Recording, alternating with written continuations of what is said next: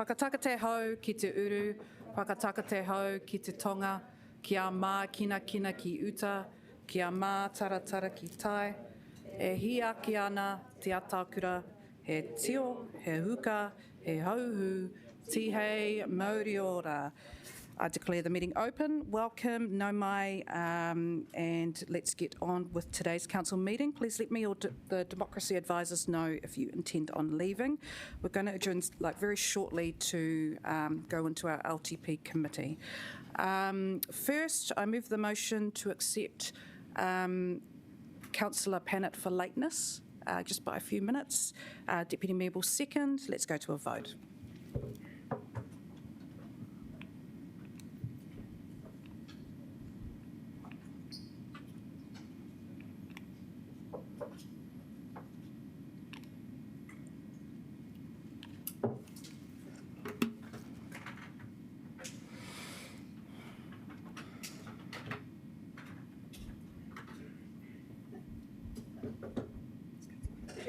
Councillor O'Neill.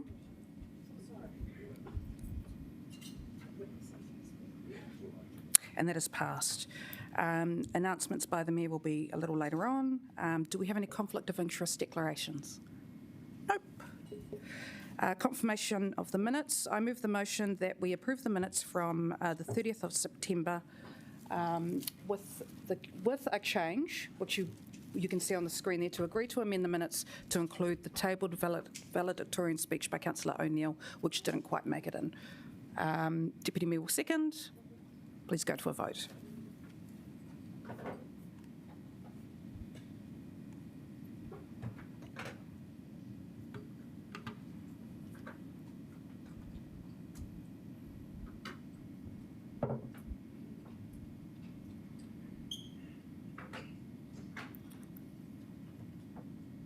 And that is passed.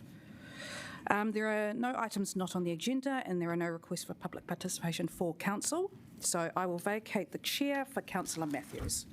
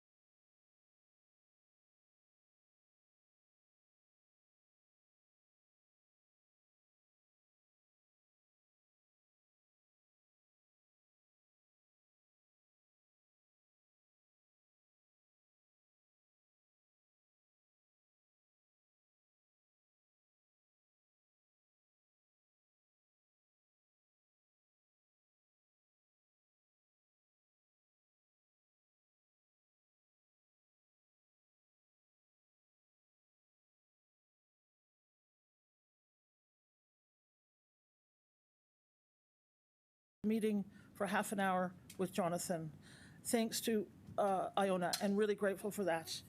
And then that went for half an hour, and it was reasonably productive. And then what happened was we had the council meeting, and then on Thursday, I had talked to Iona about having a meeting with Lori and some tenants so that we could progress the process. Thursday afternoon, late afternoon, probably evening, I get an email from Jonathan completely changing the process. He took over the process and turned it into a complaint. We don't think it's a complaint. We had put this out, if you want to put this one, below AP2. And it says here, as we said on the August 20th, inadequate communication by TTM undermines the ultimate and diminishes tenants' quality of life. It appears to be a systemic, endemic way TTM operates. We still believe that. These 17 examples were examples to illustrate that systemic problem that we believe is there. It's not respectful to start a process of communication and not continuing this, or at least discussing the change of that process, when we really think that there's systemic issues at play.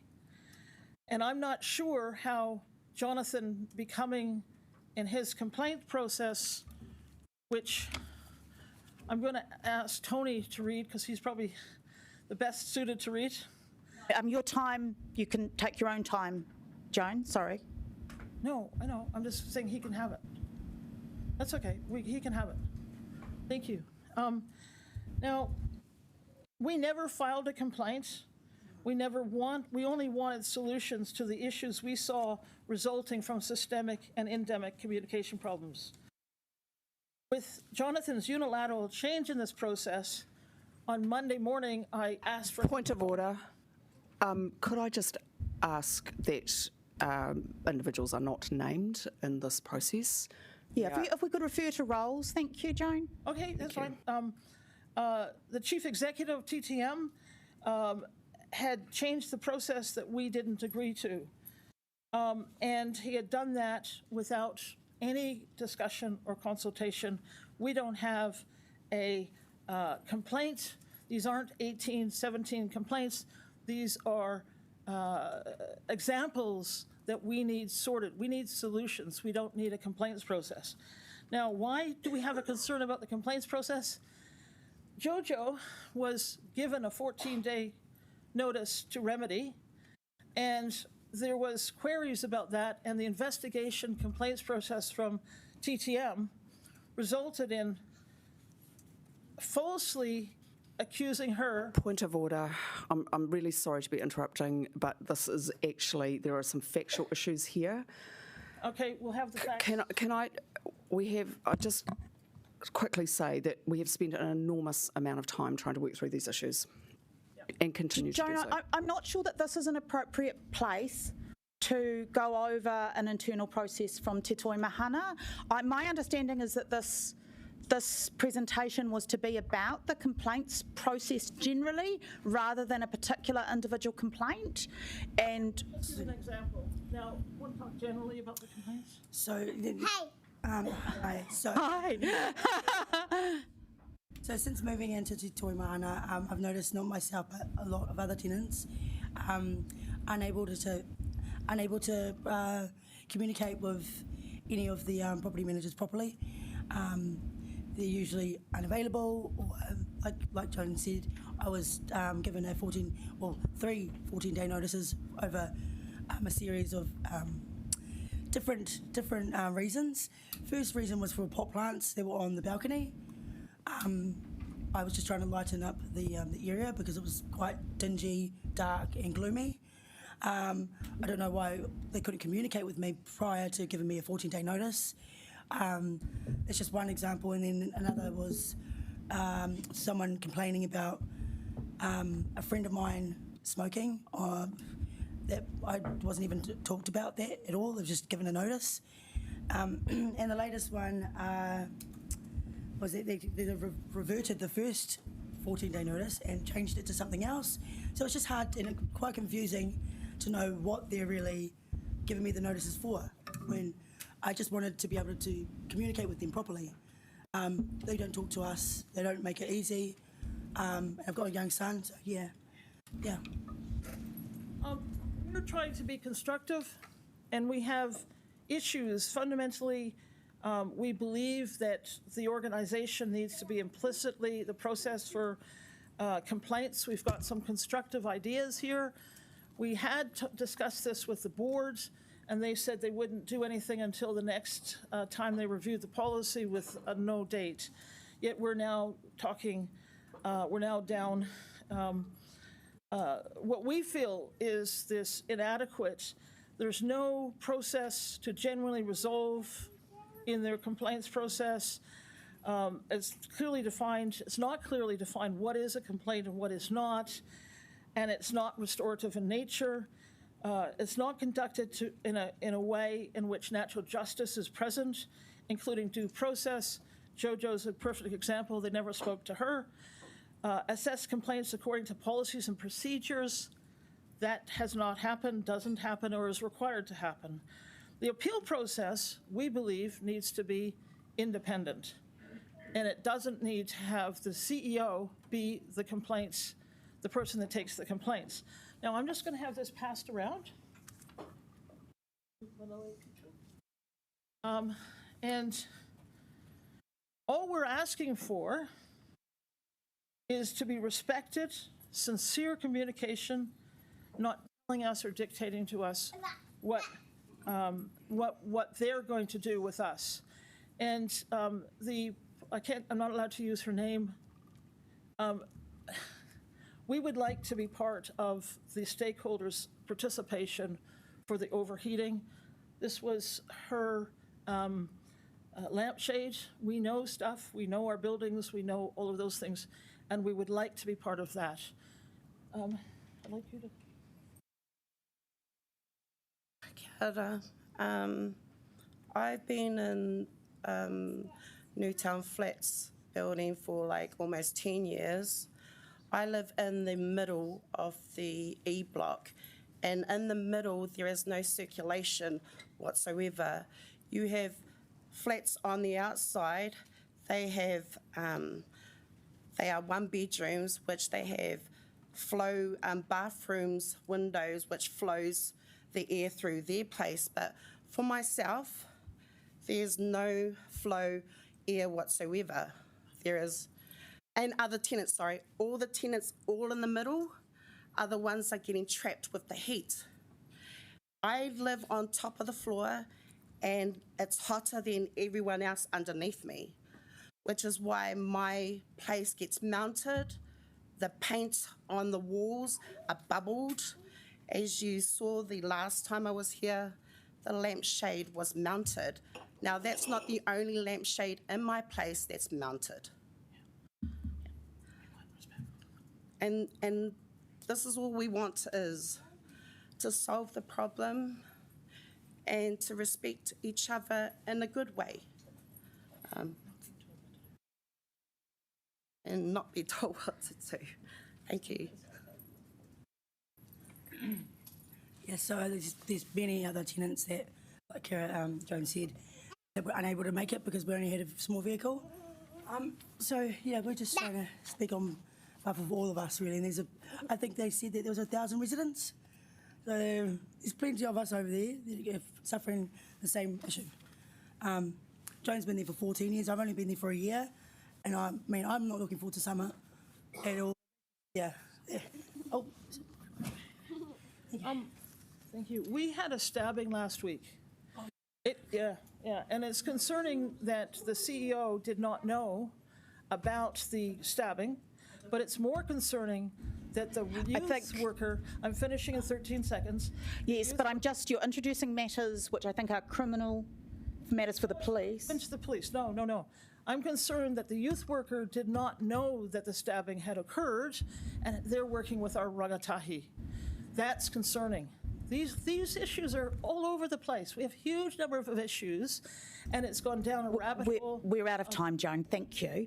I'd like to thank all the tenants for coming in. I just want to note, as was circulated to councillors yesterday, that there is a process underway to investigate the overheating issue, and so a very clear kind of process. And as you know, Councillor Pannett and others who have worked with Te Toi Mahana, that this issue is ongoing, and we are taking steps to address it. Thank you.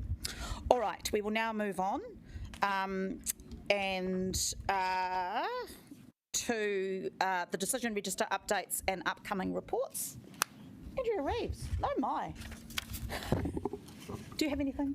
I will take the papers as read. There's not much. These things are very light at the moment. All right. Is there any questions? All right. I will move, and Councillor Panovich will second. Is there any debate? We will go to a vote.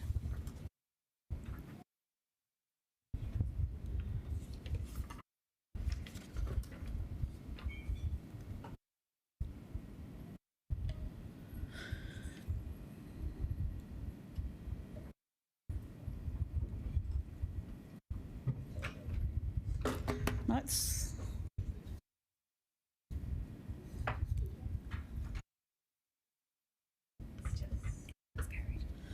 That has carried. We are now going to move directly to the report of the Audit and Risk Committee.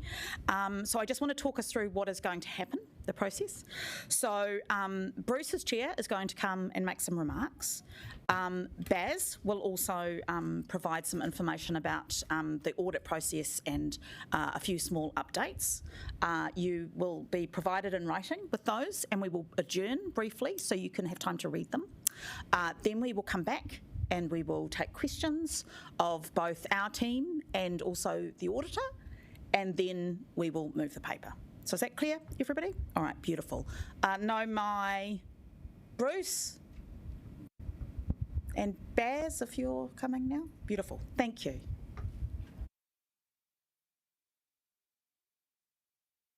And Karina, sorry.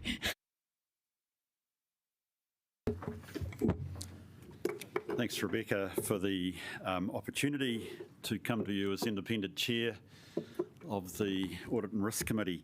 It's always been our privilege to deal and I guess be the guardian for your committee and indeed for whole council on our external accountability. And I would just note that the last time we met over this to adopt the 2024 annual report was on the 31st of October 2024. Today we are here to do the same thing, and yet we are probably somewhere 27 days earlier. That doesn't sound a lot. It's an well, my maths is right, it's an 87% reduction in the number of days in October, partly influenced, strongly influenced, dare I say it, by obviously Saturday's elections.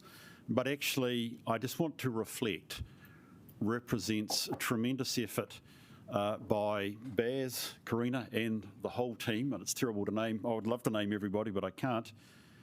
But also I'm pleased to report also great effort by our external auditors.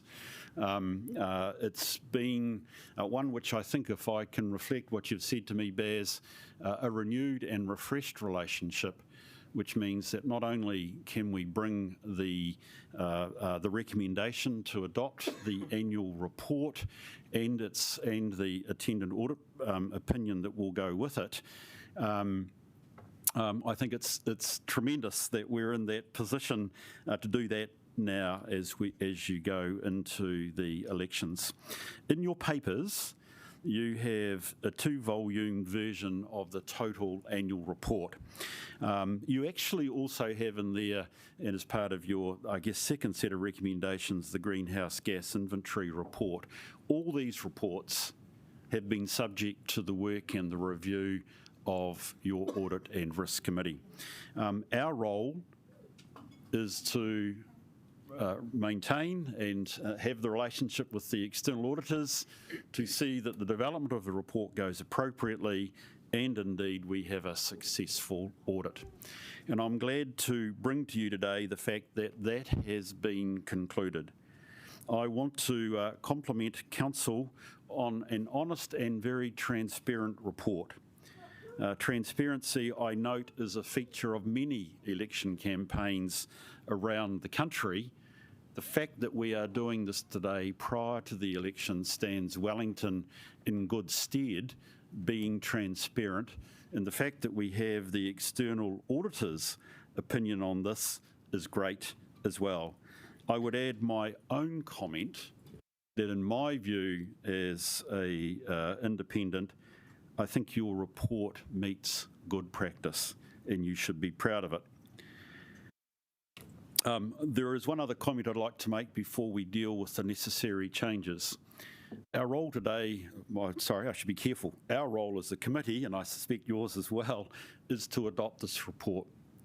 There's a temptation once we've done this to put it on the shelf.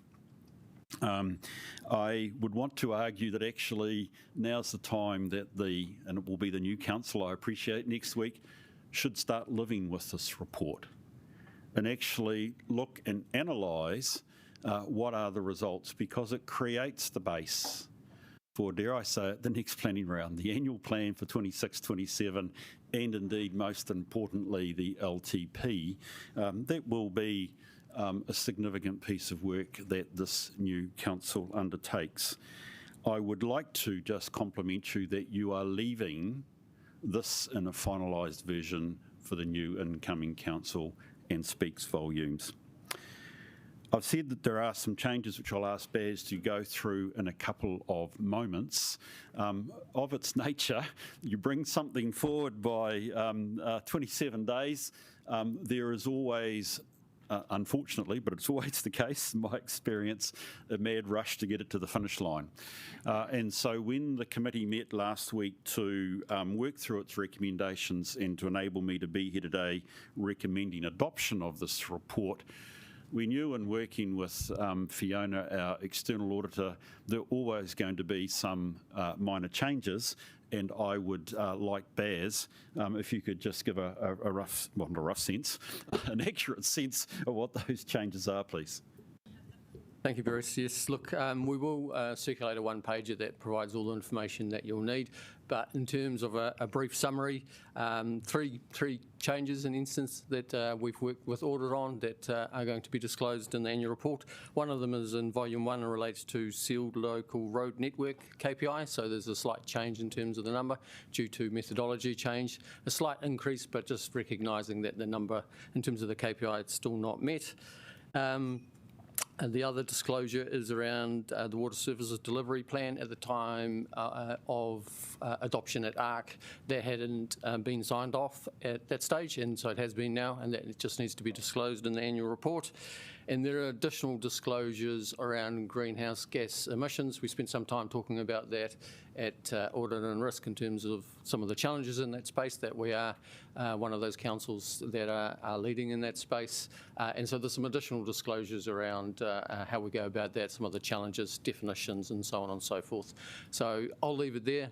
There is a one-pager that Democracy Services can circulate, and then we'll be available to answer any questions that you have. All right, we will adjourn the meeting now. We will distribute that. Sorry, you don't have anything to add, Karina? All right. We will adjourn the meeting now. We will distribute that. We will take around 10 minutes to read it, and then we will come back and have the opportunity for questions. Thank you.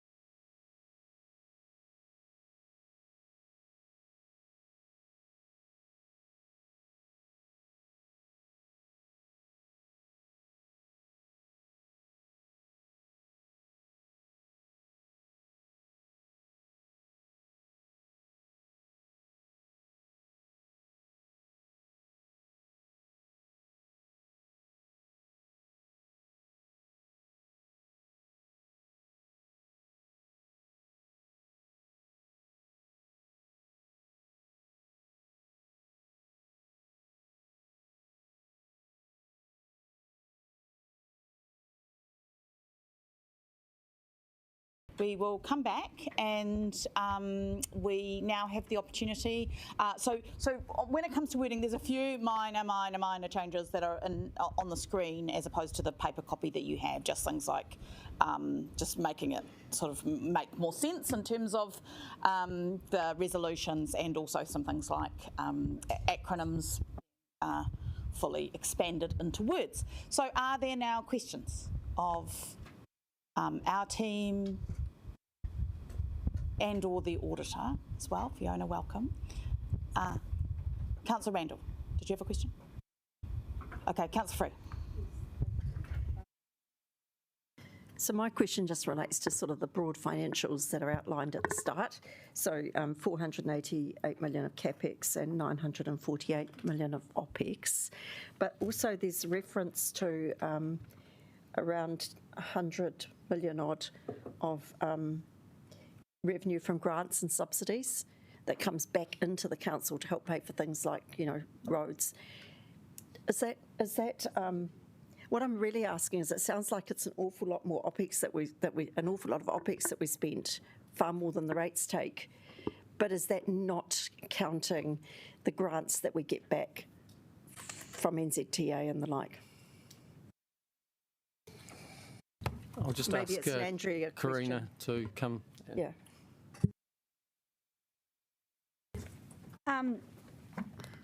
So you're referring to the profit and loss statement. So in there it does include all the revenue, such as the grants that we do get, invested assets and whatnot as well. Okay. And just because those are the headline figures, I guess that's what a lot of people look at. The rates that's mentioned, the $570 million of rates that's given as a headline figure, does that include, you know, all of our income? Like from parking and from, or does that, no, that's separate? Yeah, so we have, this is done in the way the accounting standards need it when it talks about the operating surplus. So it is rates income plus other income we get from other operational activities as well. Yeah. I do understand that it's all taken into account with the final number, but I guess it's when it, yeah, anyway, thank you. I think you've answered my question, thank you. Councillor Brown. So to sort of be clear, so this is questions about the annual report, right? Okay, so the question I've got is about the water loss figures that are quoted, which you've indicated in the annual report that the losses on our network this year were 23%, which is 18 million litres a day, according to the figures that are in the annual report. And that's down from 24.3 million litres last year. So in other words, 6 million litres less losses a day than last year, which is 55% of the total regional claim, because they claim they've reduced water loss by 11 million litres across the entire region. And my question is, I mean, where do these figures come from? Because to be frank, the more I've looked into them, the less credible they seem. And I'm just wondering whether, has anybody actually gone back to source and actually checked the veracity of that data? Because I don't actually think these figures are correct. There might be Jocelyn who can provide a bit more detail, but what we can say is that the data comes from Wellington Water, and the KPIs and the data that sits behind them is audited as well.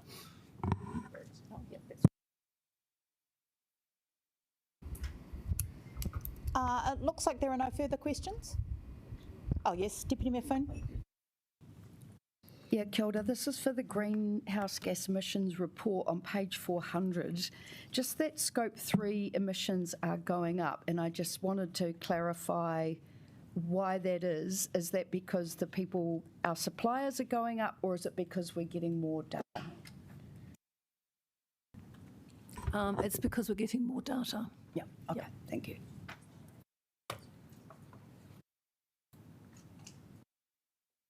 Sorry, I was just discussing it, just to be very clear, and your question indicates that you understand, Deputy Mayor Foon, but we're doing the greenhouse gas inventory report at the same time. No, at the same time, so you've done it correctly, so those questions are of both. Are there any further questions? There appear to be none. Thank you, team. Councillor Randall is going to move the committee report. Thank you, Councillor Matthews. Yes, as Deputy Chair of the Audit and Risk Committee, it's my pleasure to move the 2024-25 annual report. It's a very comprehensive report, but that reflects that this council does a lot. And it's easy to skip over the fact that it's over 400 services. People might see this as a mundane sort of thing, but it's actually a very comprehensive thing. And it's very important that every year we go back through and see how we've done against our annual plan. And this is what this is about. We do a lot, so the report covers a lot. In doing that, I want to thank a few people. First of all, Bruce Robertson, our Chair of Audit and Risk, who's dived into some of this and raised some of the key challenging questions during this process. To Karina and all the Wellington City Council officers who have supported and provided information around this report, and of course to our external auditors who have come through and cross-checked it and given it some validation. So it's, as Deputy Chair, it's my pleasure to move this report. Thanks. Councillor Panovich is going to second. Do you wish to speak? Is there any debate?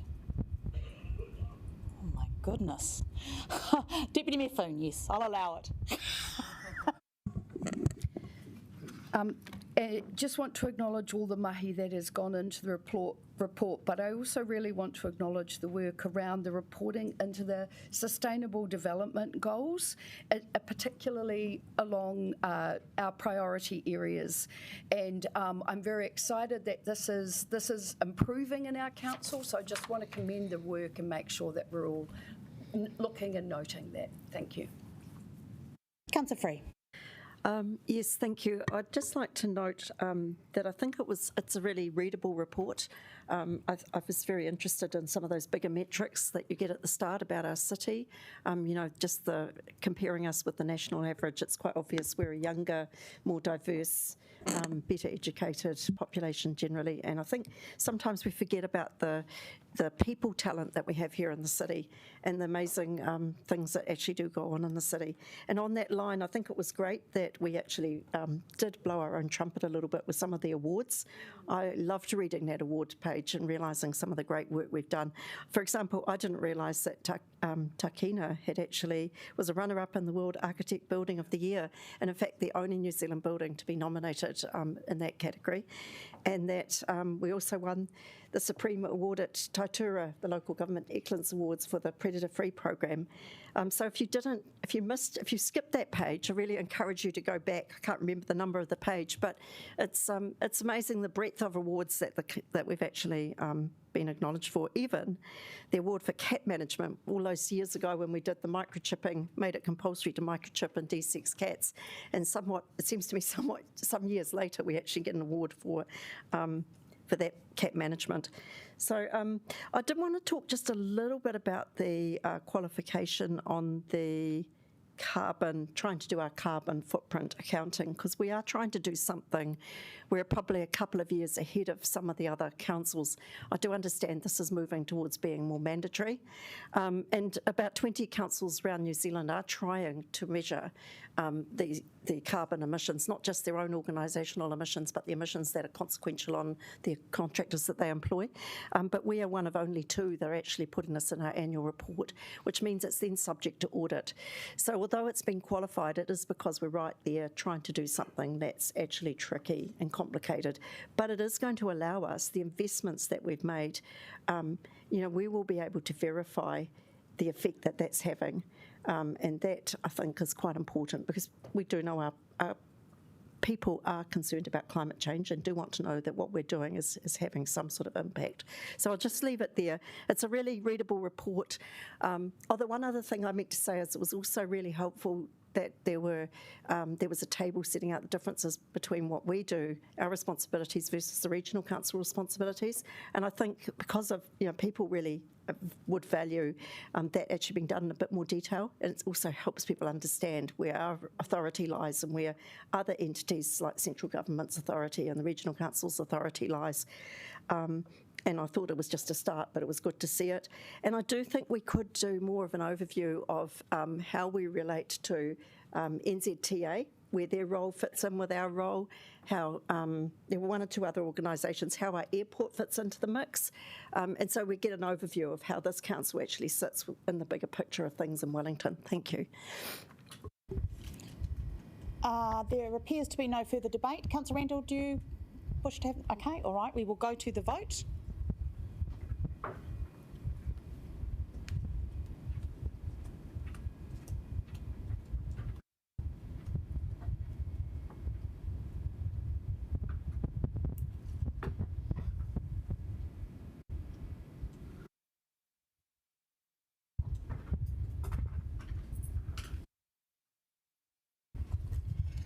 All right, that is the end of our formal business.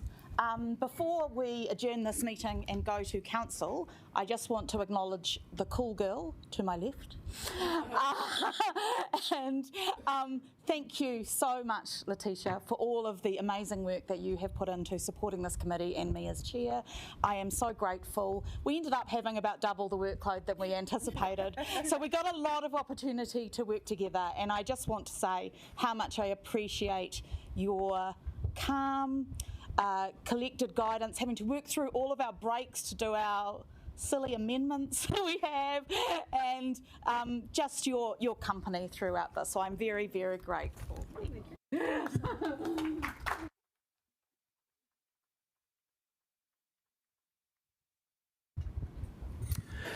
I'd also just like to acknowledge you, Rebecca, for your chairing of this committee.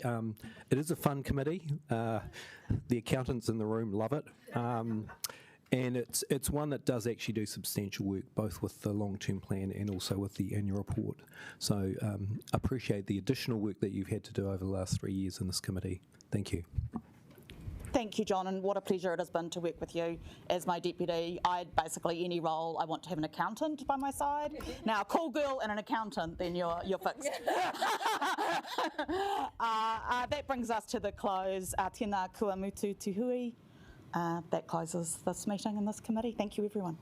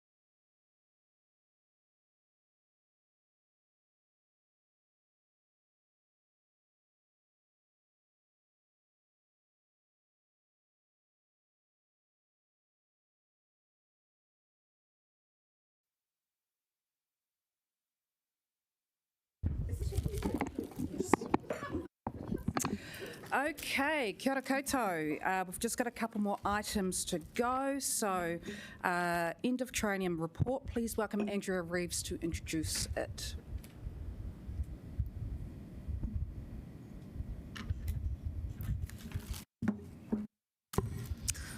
Kia ora koutou, councillors.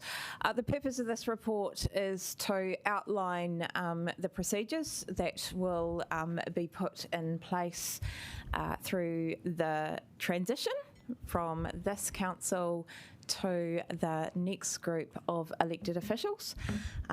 It means that we can continue to operate we're required, obviously we're not making substantive decisions during this period, but if there are things like emergency procedures that need to come up, BAU things that we need to do, we are seeking your agreement to the steps that we are putting in place.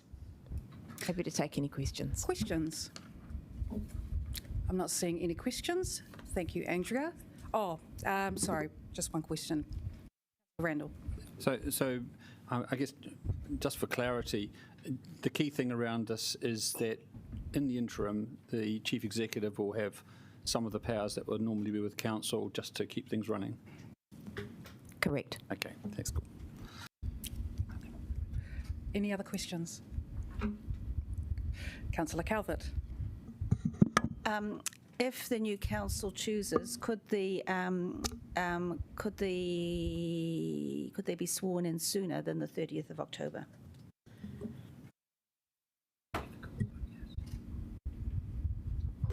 Kia ora, Councillor, through you, Chair. No is the shortest answer. You need to have the final result through. You need to wait the 3 days for a period for a recount to be transversed, and then you need to provide a 7-day period to give public notification of the council meeting.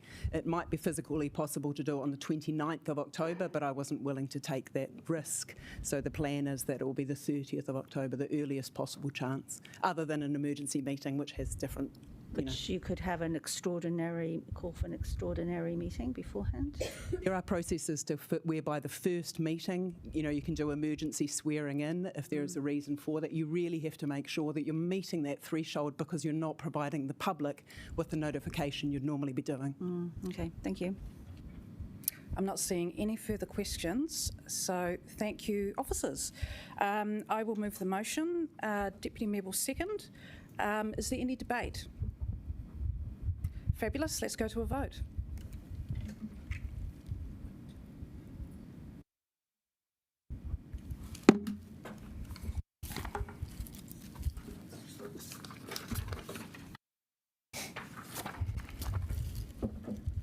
And that has passed. Decision register updates and upcoming reports. We'll take it as read. Do we have any questions? Nope. I will move the motion. Deputy Mayor will second. Is there any debate? Nope. Let's go to a vote.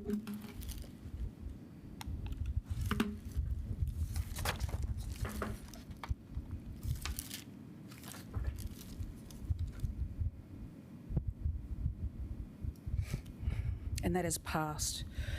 We go to the report of the long-term plan of committee of the 8th of October. We'll take it as read. Are there any questions? Fantastic. Councillor Matthews will move. Would you like to speak? No. Councillor Panovich will second. Would you like to speak? Any debate? Oh, wonderful. Let's go to a vote.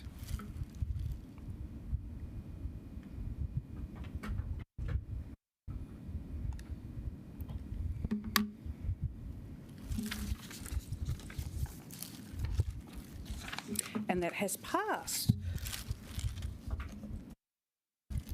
Which brings me to some remarks that I would like to make.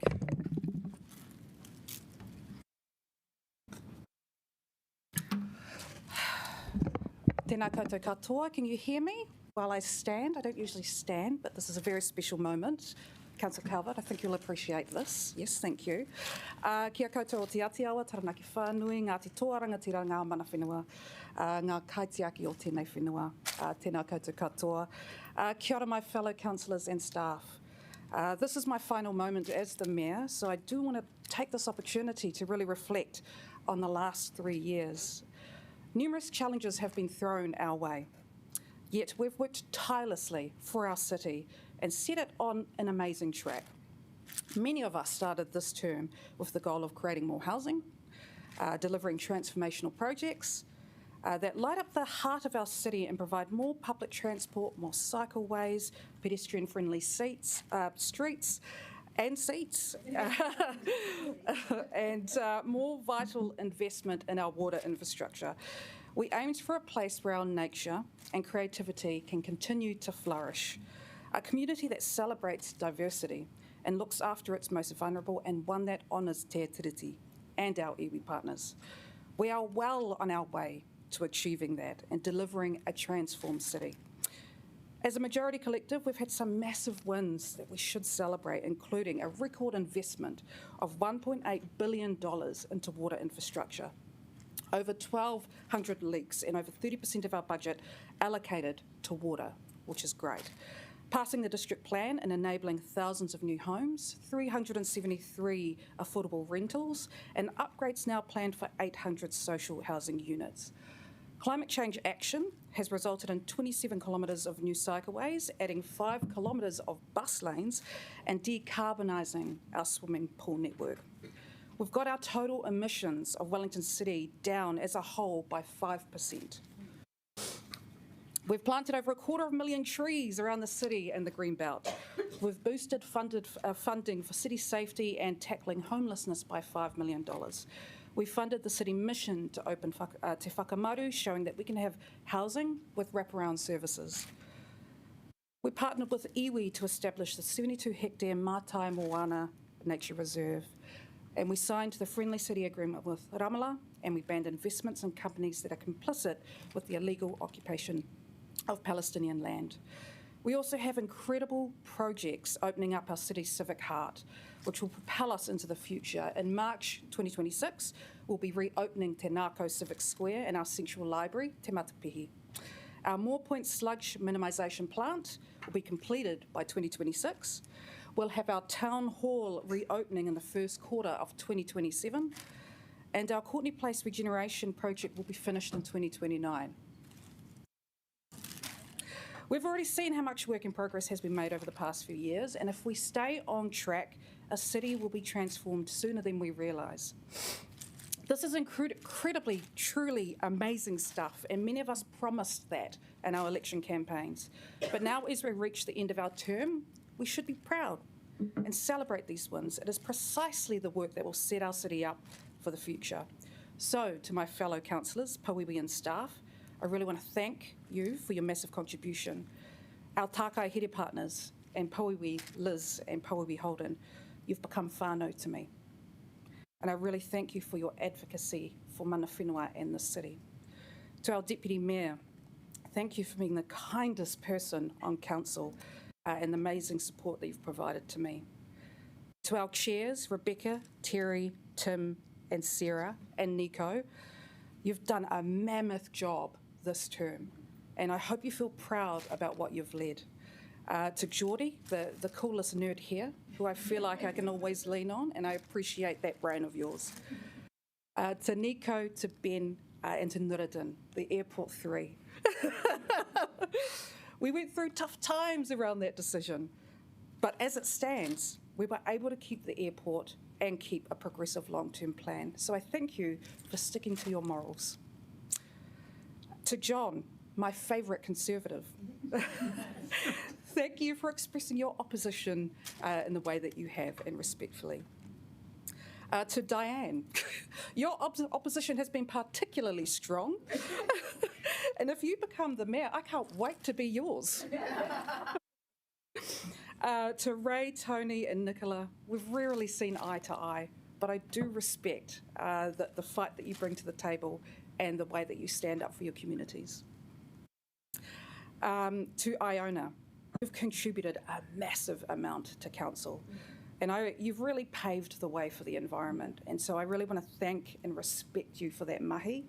And you've left a legacy.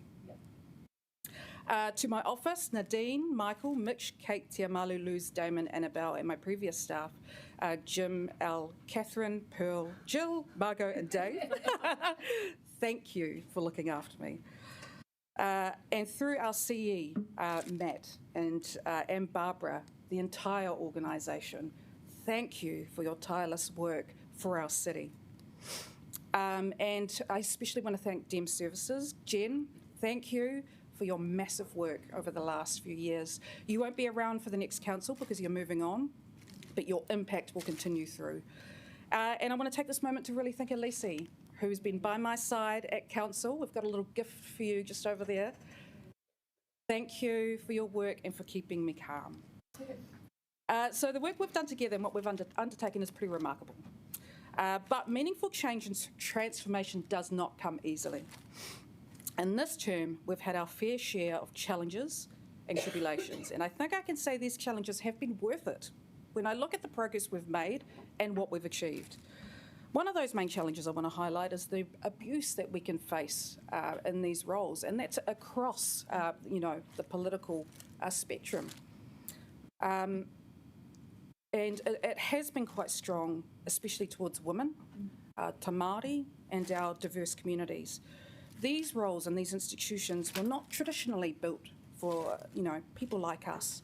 And while we've made huge strides in getting seats around the table and say in decision making, This has been threatened by online abuse and harassment and perpetuated by people who are determined to silence our voices, diminish our experiences, question our capabilities, and ultimately hurt the people we are elected to serve. Genuine debate and constructive conversation is a key part to our democracy, but hate and harassment and bullying is not. After experiencing it myself and witnessing it with actually some of you as well, I wouldn't wish that upon anyone. So I am calling on all leaders, the next council, to unite and act for the safety and well-being of our communities. Another challenge we faced, government intervention. While, at the time it was called out as an overreach, we received it with grace, and it helped us as a collective to pass the long-term plan. These challenges became lessons, and I'll be grateful as I take them forward. So to those who created those challenges, thank you. Whether it was members around this very table feeding defamatory rumours to the media, whether it was some media reporting on defamatory rumours as fact, whether it was Better Wellington harassing our elected members, or members of Vision for Wellington lobbying government for intervention even though they were supposedly apolitical, whether it's previous mayors or elected members who criticised this council for high rates, even though it was their decisions and underinvestment who caused them, leaving us to pick up the bill. This government, who have previously claimed to be about localism, but have instead dictated councils go back to basics while punching down on the rest of the country. Thank you. Because without those challenges, perhaps this council wouldn't have delivered one of the most progressive and action-orientated plans it has ever seen. Personally, I conclude this term with greater mana, resilience than I ever have before. And heading into the next chapter, I want to continue fighting for the future. Continue fighting to protect our environment, our vulnerable, our community, and tangata whenua. And I know that many of you do too. So I wish you well with your next chapter. Finally, thank you to Wellington City. It has been an honour to serve you. Nō reira, tēnā koutou, tēnā koutou, tēnā koutou katoa.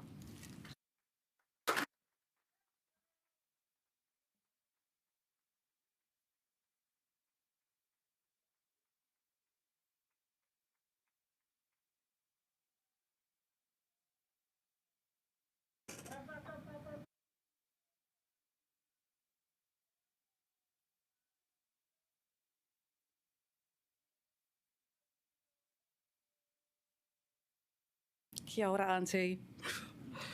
Well, let me end with a karakia. Please join me. Unuhia, unuhia, unuhia ki tu uru tapu nui. Kia wātia, kia māma, te nākau, te tinana, te wairua. I te ara taka tū, koe ara rongo, whakairia ake, kirunga, kia wātia, aira, wātia, kia ora.